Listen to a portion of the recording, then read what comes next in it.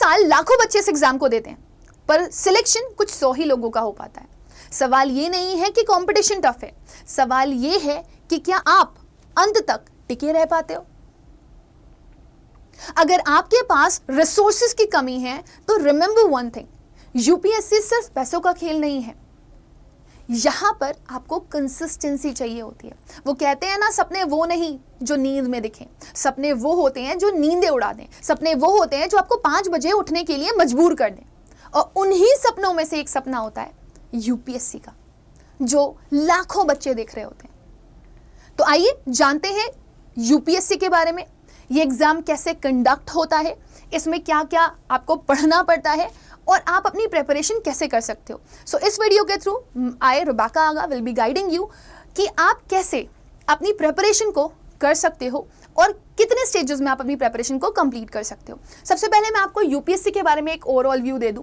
UPSC India की एक premiere central recruiting agency है, ठीक है ना। इट कंडक्ट्स CSE एनुअली, यानी कि सिविल सर्विसेज एग्जामिनेशन ये एनुअली कंडक्ट करवाती है। And it also selects candidate for top government services, और इसको जाना जाता है for rigorous and prestigious selection process के तौर पर। इसको एस्टैब्लिश किया गया था under article 315 of constitution. So UPSC को बोला जाता है कि ये इंडिया का टफेस्ट एग्जामिनेशन है। इसमें कुछ ऐसी सर्विसेज जो आपको मिलती हैं, वो कौन कौन सी हैं? पहला है IAS, which is also known as Indian administrative services. Another one as IPS, Indian police service. Then आता है हमारा IFS, जिसको आप इंडियन फॉरेन सर्विस बोलते हो। देन आता है हमारा IRS, जिसको आप इंडियन रेवेन्यू सर्विस बोलते हो। और कुछ और ग्रुप A और B सेंट्रल सर्विसेज भी होती हैं। यूपीएससी का एग्जाम 3 स्टेजेस में होता है, प्रिलिमिनरी, देन आता है आपका मेंस, और उसके बाद आता है आपका पर्सनालिटी टेस्ट, जिसे आप इंटरव्यू बोलते हो। प्रीलिम्स में आपको 2 पेपर देने होते हैं, जिसमें आपकी जनरल नॉलेज टेस्ट करी जाती है, आपका जनरल एप्टीट्यूड टेस्ट किया जाता है। मेंस में आपको डिस्क्रिप्टिव पेपर्स देने होते हैं, 9 पेपर्स होते हैं। इसमें ऐसे भी आता है, GS भी आता है ना, और कुछ ऑप्शनल सब्जेक्ट भी आते हैं। फिर इंटरव्यू में आपका पर्सनल असेसमेंट होता है कि आपके अंदर कितना कॉन्फिडेंस है to deal with all the scenarios. So make sure कि ये एक छोटा सा इंटरव्यू होता है जिसमें बस आपका ओवरऑल पर्सनालिटी चेक होता है। मैंने आपको पहले भी बताया कि लाखों बच्चे इस एग्जाम को देते हैं। सो अगर आप देखोगे तो 10 लाख से ज़्यादा कैंडिडेट अपीयर करते हैं यूपीएससी प्रीलिम्स के लिए एनुअली, यानी कि हर साल, है ना। और यही वजह है कि इसको one of the most comparative examination consider किया जाता है। आपके यहाँ पर पेपर 1, पेपर 2 देखने के लिए आपको मिलेगा, दैट इज फॉर प्री, जिसमें जनरल स्टडीज 200 नंबर का होगा। इसमें मेरिट बेस्ड रैंकिंग होती है। और फिर आता है आपका पेपर 2, जो कि CSAT का होता है, जहां पर आपको सिर्फ क्वालिफाइंग मार्क्स लाने होते हैं 33%। ये भी 200 मार्क्स का होता है, लेकिन आपको सिर्फ 33% मार्क्स चाहिए होते हैं। और इसमें history, geography, polity, economy, environment, है ना, science and tech, current affairs, ये सब कुछ पढ़ना पड़ता है। नेगेटिव मार्किंग आपको 1/3 देखने के लिए मिल जाती है हर रॉन्ग आंसर के लिए, और ड्यूरेशन आपका 2 घंटे का होता है पर पेपर। इसके बाद अगर मैं मेंस की बात करूं तो मेंस में मैंने आपको पहले भी बताया था दैट यू विल गेट ऐसे पेपर, है ना, जिसमें आपको 2 एसेज लिखने के लिए आते हैं ऑन डाइवर्स टॉपिक। ये अप्रोक्सीमेटली आपका 250 मार्क्स का होता है ना। और आपके हो सकता है ये करंट अफेयर्स से रिलेटेड हो, फिलोसफी से रिलेटेड हो, या फिर सोसाइटी से रिलेटेड हो। फिर आता है आपका जनरल स्टडीज, जिसमें आपके 4 पेपर होते हैं, GS1, GS2, GS3, GS4।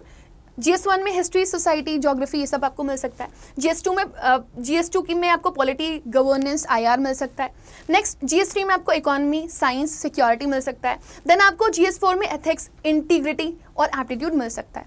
आप देख सकते हो यहाँ पर 250 मार्क्स ईच के लिए होते हैं, मतलब टोटल आपके जो 4 पेपर होते हैं वो 1000 नंबर के होते हैं। इसके बाद आता है आपका ऑप्शनल सब्जेक्ट, जो कि बहुत इंपॉर्टेंट होता है, ये बहुत थॉटफुली आपको चूज करना पड़ता है ना। सब्जेक्ट ऑफ कैंडिडेट्स चॉइस, अगर मैं बात करूं इसकी, तो 2 पेपर्स आपको देने होते हैं यहाँ पर, वो भी इन डेप्थ। तो अगर 2 पेपर दोगे 250 नंबर के हिसाब से आपका ये 500 नंबर का हो जाता है। फिर अगर हम पर्सनालिटी टेस्ट के बारे में बात करें तो आपको पर्सनालिटी एंड डिसीजन मेकिंग यहाँ पर सिखाई जाती है, या आप ऐसे बोल सकते हो कि जब आप प्रेपरेशन में होते हो तो आपको ये सिखाया जा रहा होता है, लेकिन वहाँ पर आपको टेस्ट किया जा रहा होता है कि ये जो इंटरव्यू है ये सिर्फ ये चेक कर रहा है कि आप कितना कॉन्फिडेंट हो, है ना, कितनी मेंटल अलर्टनेस है आपके अंदर, है ना, कितना क्रिटिकली थिंक कर पाते हो किसी चीज़ के बारे में, और क्या आपके अंदर एबिलिटी है अच्छे डिसीजंस लेने की। सेकंड, आपकी अवेयरनेस और कम्युनिकेशन स्किल्स भी चेक करी जाती हैं कि आप कितना अथॉरिटेटिव हो सकते हो, कितना अच्छे से बोल सकते हो किसी बात को, है ना। And it also test your awareness of social, economic and political issues which are affecting India and the whole world. Confidence और लीडरशिप मैंने आपको पहले भी बोला था कि इसके थ्रू चेक होती है। तो इसमें ये देखते हैं कि वो एक बच्चा, ठीक है ना, जब वो यूपीएससी के लिए जा रहा है ना, तो उसके अंदर कितना नेचुरल कॉन्फिडेंस है अंदर से, वो घबरा तो नहीं रहा है, कपकपा तो नहीं रहा है ना, उसके अंदर क्वेश्चंस पूछे जाने पर कितना आंसर का क्लैरिटी है वो भी यहाँ पर चेक किया जाता है। और यहाँ पर आपका पोटेंशियल भी चेक किया जाता है कि क्या आप एक अच्छे लीडर बन सकते हो, राइट। एलिजिबिलिटी क्राइटेरिया और अटेम्प्ट्स की मैं बात करूँ तो जनरल के लिए आपका जो एज होता है वो 21 से लेकर के 32 साल का होता है, आपके पास 6 अटेम्प्ट्स होते हैं। वहीं अगर मैं ओबीसी की बात करूँ तो 21 से लेकर के 35 साल तक का आपके पास टाइम होता है, 9 अटेम्प्ट्स होते हैं। और अगर मैं SC/ST की बात करूँ तो यहाँ पर आपकी जो एज होती है वो 21 से लेकर के 37 साल तक की होती है, और अनलिमिटेड अटेम्प्ट्स होते हैं, जितने अटेम्प्ट देना चाहो आप उतने अटेम्प्ट दे सकते हो।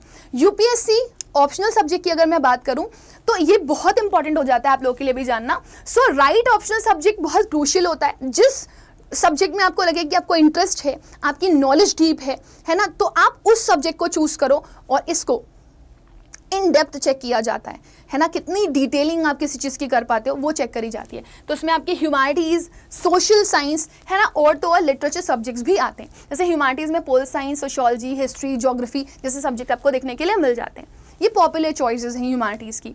इसके अलावा सोशल साइंस में जाओगे तो एंथ्रोपोलॉजी, है ना, साइकोलॉजी या फिर पब्लिक एडमिनिस्ट्रेशन, ये सब चीज़ें आपको देखने के लिए मिल जाती हैं। इसके अलावा लिटरेचर में अगर आप जाते हो तो आपको हिंदी, तमिल, कन्नड़, है ना, इंडियन लैंग्वेजेस से रिलेटेड सब्जेक्ट्स भी मिल जाते हैं। सो मैंने आपको पहले भी बोला कि बहुत थॉटफुली आपको इसको चूज़ करना होता है ताकि आप एक राइट डायरेक्शन पे वर्क कर पाओ और आप ज़्यादा बेटर अंडरस्टैंडिंग के साथ पेपर को दे पाओ। यहाँ अगर आप तैयारी करने जाते हैं तो आपको 50 से ज़्यादा किताबें पढ़नी पड़ती हैं, है ना। सबसे पहली चीज़ तो आपकी NCERT हो जाती है। NCERT जैसे कि history, geography, pol science, eco, है ना, EVS 6 से 12 तक की तो बेसिक आपको पता ही होनी चाहिए। फिर कुछ स्टैंडर्ड बुक्स के लिए आपको जाना पड़ता है, जैसे स्पेक्ट्रम हो गया, है ना, और भी कुछ हाई लेवल बुक्स आती हैं जिनको आप पढ़ सकते हो। देन न्यूज़पेपर बहुत इंपॉर्टेंट होता है आपका, द हिंदू हो गया, इंडियन एक्सप्रेस हो गया, डेली करंट अफेयर्स हो गया, उनसे रिलेटेड बहुत सारे क्वेश्चंस, जैसे आपके करंट सिनेरियोज पे आपका हिस्ट्री ओरिएंटेड या इकॉनमी ओरिएंटेड क्वेश्चन बना करके वो आपको दे देते हैं।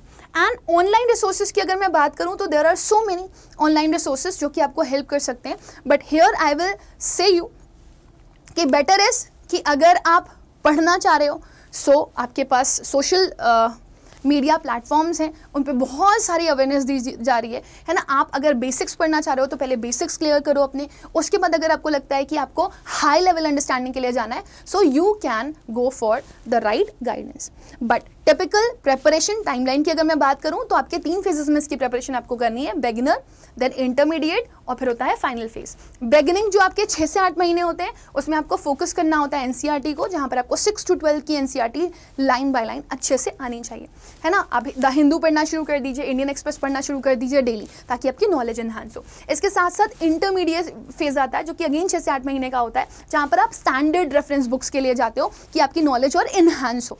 बेसिक आपको पता है, सेटल आपको पता है, धीरे धीरे आप अपनी नॉलेज को एक्सपैंड कर रहे हो। फिर आता है फाइनल फेज जो 4 से 6 महीने का होता है, जहाँ पर आपको मॉक टेस्ट देने होते हैं, ऐसे प्रैक्टिस करनी होती है, रिवीजन साइकिल्स में जाना पड़ता है, ताकि आपके अंदर कॉन्फिडेंस आ पाए, कॉन्फिडेंस बिल्डअप हो पाए और आप खुद से राइटिंग स्किल्स को अपनी इंप्रूव कर पाओ। कुछ स्किल्स जो मैं यहाँ पर बोलूँगी यूपीएससी स्टूडेंट्स को सक्सेसफुल होने के लिए चाहिए होती है। एक तो आपकी राइटिंग प्रैक्टिस बहुत अच्छी होनी चाहिए, टाइम मैनेजमेंट बहुत ज़्यादा अच्छा होना चाहिए। तीसरा, थोड़ा सा काम रहना आपको आना चाहिए, क्योंकि कई सारे बच्चे ना टाइम बहुत कभी कभी बच्चों के लिए लेंदी हो जाता है तो वो घबरा जाते हैं, पैनिक होने लगते हैं, पैनिक अटैक्स आने लगते हैं। सो वो चीज़ों को आपको यहाँ पर थोड़ा होल्ड करना पड़ेगा। आपको अपनी क्रिटिकल थिंकिंग इंप्रूव करनी पड़ेगी, है ना, आपको अपना वोकल स्ट्रॉन्ग करना पड़ेगा, तो वो बहुत ज़रूरी है आपके लिए। तो जब आप अपनी स्पीड और एक्यूरेसी पे वर्क करना सीख जाते हो, अपना टाइम मैनेजमेंट सीख जाते हो, आपकी राइटिंग स्किल्स अच्छी हो जाती हैं, तो आप धीरे धीरे डेवलप हो रहे होते हो किसके लिए, एक यूपीएससी एस्पिरेंट के सक्सेसफुल होने की कैटेगरी में जाने के लिए। यूपीएससी के अलावा भी कुछ और कॉम्पिटिटिव एग्जामिनेशन है जिसकी बच्चे एसएससी और बैंकिंग के लिए भी जाते हैं। सो अगर आप ये सोच रहे हो कि आपको यूपीएससी का एग्ज़ाम देना है, एग्ज़ाम क्लियर करना है ना, तो आप एसएससी के एग्ज़ाम से स्टार्टिंग कर सकते हो अगर आप करना चाहो तो। एक ये होता नहीं है कि मेरा प्रेपरेशन भी पैरेलल चल रहा है है ना, और मैं एग्जाम्स भी दे रहा हूँ, एग्जाम का एक ओवरऑल व्यू भी मुझे समझ में आ रहा है, और फिर धीरे धीरे मैं टफ एग्जामिनेशन की तरफ बढ़ रहा हूँ फिलहाल।